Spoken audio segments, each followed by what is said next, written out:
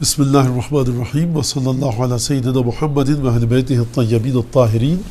واللعن الدائم علی اعدائہم اجمعین۔ ایک مختصر سی گفتگو وادی السلام کے عنوان کے تحت آپ کے سامنے پیش کی جا رہی ہے کہ جس وادی السلام کے بارے میں ذرا کچھ بتایا جائے گا۔ اس قبرستان کی فضیلت کیا ہے اور اس میں کون سی عظیم المرتبت ہستیاں دفن ہیں۔ وادی السلام ایک قبرستان ہے جو کہ نجف میں ہے، اور اگر آپ اس کو جا کر دیکھیں تو ایک ہلال کی شکل میں، کریسنٹ کی شکل میں تقریباً یہ ہے،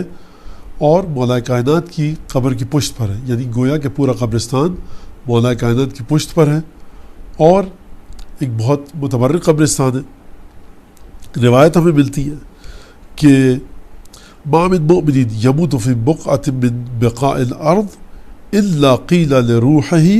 الحقی بوادی السلام وَإِنَّهَا لَبُقْعَةٌ مِّن جَنَّةِ عَدْنٍ۔ کوئی مومن ایسا نہیں ہے صاحب ایمان جو جسے موت آتی ہو، دنیا میں کہیں بھی ہو، موت آئے، صاحب ایمان ہو،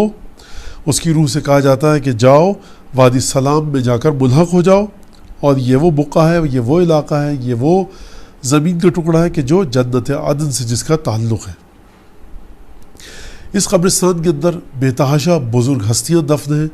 لیکن اس قبرستان میں جو اہم ترین ہستیاں مدفون ہیں ان میں دو پیغمبر عظیم المرتبت پیغمبر ہیں، ایک حضرت ہود اور ایک حضرت صالح علیہ السلام، کہ جن کا ذکر قرآن میں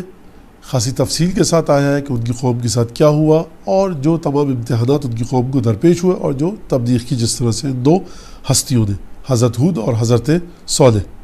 یہ وادی السلام میں مدفون ہے۔ ان کی زیارت کرتے ہیں مومنین، جا کر 2 رکعت نماز ہدیہ کرتے ہیں۔ ایک اور چیز، مقام امام سجاد اسی قبرستان وادی السلام کے تقریباً کنارے پر ہے سڑک کے ساتھ، کہ جہاں روایت کے مطابق جو وہاں پر مکتوب ہے اور تحریر ہے کہ جب امام سجاد علیہ السلام مدینے سے مشرف ہوتے تھے زیارت حضرت امین علیہ السلام کے لیے، تو یہاں پر اپنے ناقے کو باندھتے تھے اور عبادت کرتے تھے، اور اس کے بعد پھر یہاں سے جاتے تھے زیارت کے لیے۔ اسی طرح سے ایک مقام امام صادق علیہ السلام، معذرت امام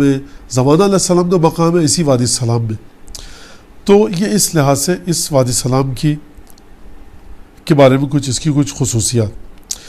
اسی طرح سے اس وادی السلام کی، اس قبرستان کی ایک اور خصوصیت وہ یہ ہے کہ مومنین کی ارواح اسی قبرستان سے جب رجت کا موقع آئے گا تو مومنین کی ارواح کو اسی قبرستان سے رجت ملے گی۔ ایک اور وجہ جو بیان کی گئی ہے وادی السلام کے سلسلے میں کہ کیوں وادی السلام کہا گیا ہے، کیونکہ سلام پروردگار کے ناموں میں سے ایک نام ہے۔ وادی السلام یعنی سلامتی کی وادی۔ کس لحاظ سے سلامتی؟ یعنی جو اس میں دفن ہوگا اسے عذاب نہیں ہوگا۔ یقیناً پہلی شرط یہ ہے کہ جو اس قبرستان میں دفن ہو صاحب ایمان ہونا شرط ہے۔ یہی وجہ ہے کہ جو شخص بھی شرق و غرب عالم میں مرے گا، دنیا میں کسی بھی جگہ اسے موت آئے گی،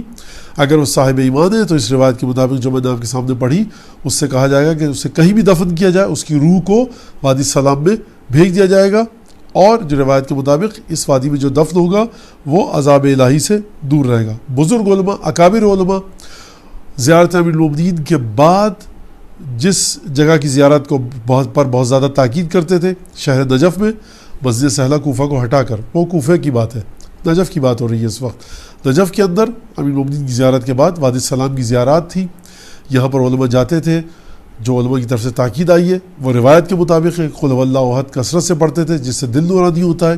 عظیم الشان ہستیاں یہاں پر دفن ہیں، اور حتیٰ بعض علماء کے بارے میں کہ جا کر رات کو بیٹھ کر یہاں پر دعائیں اور اذکار، مختلف مناجات اس قبرستان میں جا کر کرتے تھے۔ لہٰذا اسی بات کی بنا پر، اسی نقطے کی بنا پر مومنین جو جاتے ہیں وادی السلام کی زیارت کے لیے جاتے ہیں، اور جانا نہایت زیادہ ثواب کا باعث ہے اور مغفرت ہم سب کے شامل حال ہو انشاءاللہ۔ وآخر دعوانا ان الحمد للہ رب العالمین۔